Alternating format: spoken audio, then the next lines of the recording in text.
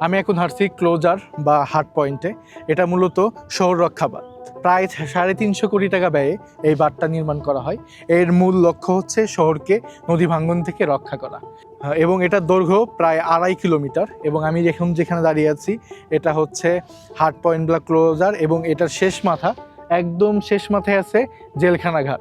এবং এই পুরোটাই হচ্ছে শহর রক্ষা বাঁধ, এবং এটার ভিন্ন ভিন্ন নাম আছে। আমি এখন যেখানে দাঁড়িয়ে আছি এটাকে বলা হয় ক্লোজার বা হার্ট পয়েন্ট, এবং জেলখানা ঘাট আরও একটু সামনে এবং শহর থেকে আর একটু কাছে, ওটাকে বলা হয় জেলখানা ঘাট বা মতিনসার ঘাট।